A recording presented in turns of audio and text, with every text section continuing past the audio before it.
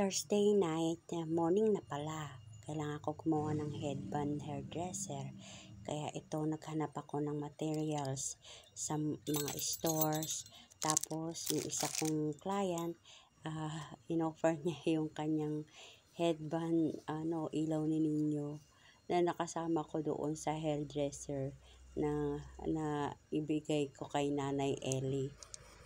Lahat ng mga materials na nadala ko sa bahay ay eksaktong-eksakto sa hairdresser na gusto kong gawin.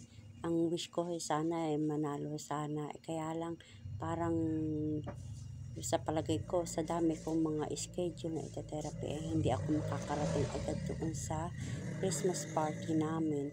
Kaya ito, tingnan nyo, hirap na hirap akong magpasok ng sinulid sa karayom. Pero carry pa rin at naipasok ko rin ang sinulid sa karayom. Ito, kailangan ng tahi-tahiin ang mga dahon at yung pati yung ilaw ng Christmas light. Ang ganda-ganda ng Christmas light niya, kaya tuwan-tuwa ako habang gumagawa ako ng hairdresser headband. Kaya saya-saya ko nung time na yung kahit 1:30 na ako nag-start at natapos na rin ako mga past 2 o'clock. Pero masaya pa rin ako dahil natapos ko rin yung aking hairdresser headband. Sukat muna para i-check kung tama ba o hindi na kaayos ang aking Santa Claus.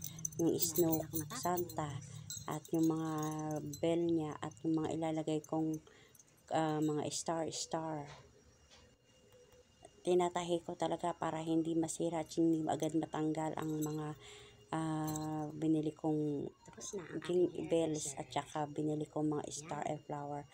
Ay yung flower ay galing doon sa client ko na pinahiram lang sa akin yung kaiilaw ni Ninyo.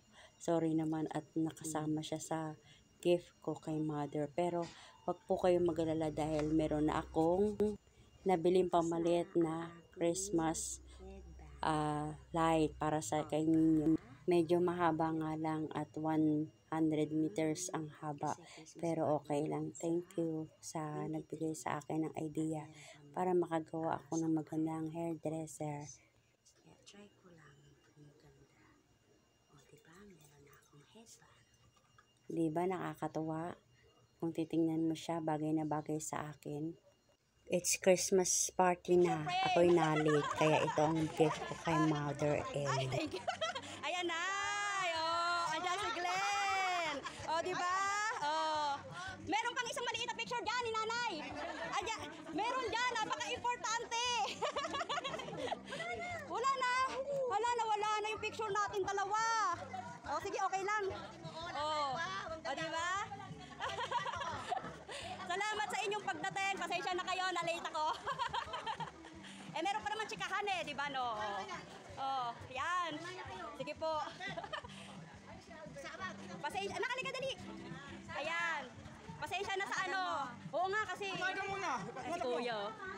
Tapos na ba yung contest ng headband? Hala, meron ako. May headband ako. Ang ganda-ganda. O, di ba bagay sa'yo, mother? Oh. Ikaw naman, na-late ka naman. Sana kanina ko pa ito sinuko. Nay, kailangan ko kasi ano. Sino na yung nanalo? O, di ba? Oh, ikaw na panalo. Ganda-ganda Pakita ko sa iyo, mother. O, di ba? Ginawa ko yan, Nay. Talagang pinagpuyatan ko hanggang umaga. O, di ba? Buti hindi pa ako na late. O, nakabawi ako kay mother. O, di ba, Nay? Cute? Andyan po, kompleto yan. May flower pa. Oh. Oh, bagay na bagay sa yung mother. Yan na yung iaano mo, headband mo. Ikaw ba kumuha? Opo, ako po. Oh. Ginawa mo yan? Ginawa ko yan. Ano? Nung isang araw, pag after ng therapy ko, nakauwi ako 1:30. Pinapuyatan ko siya. O, diba? O, diba?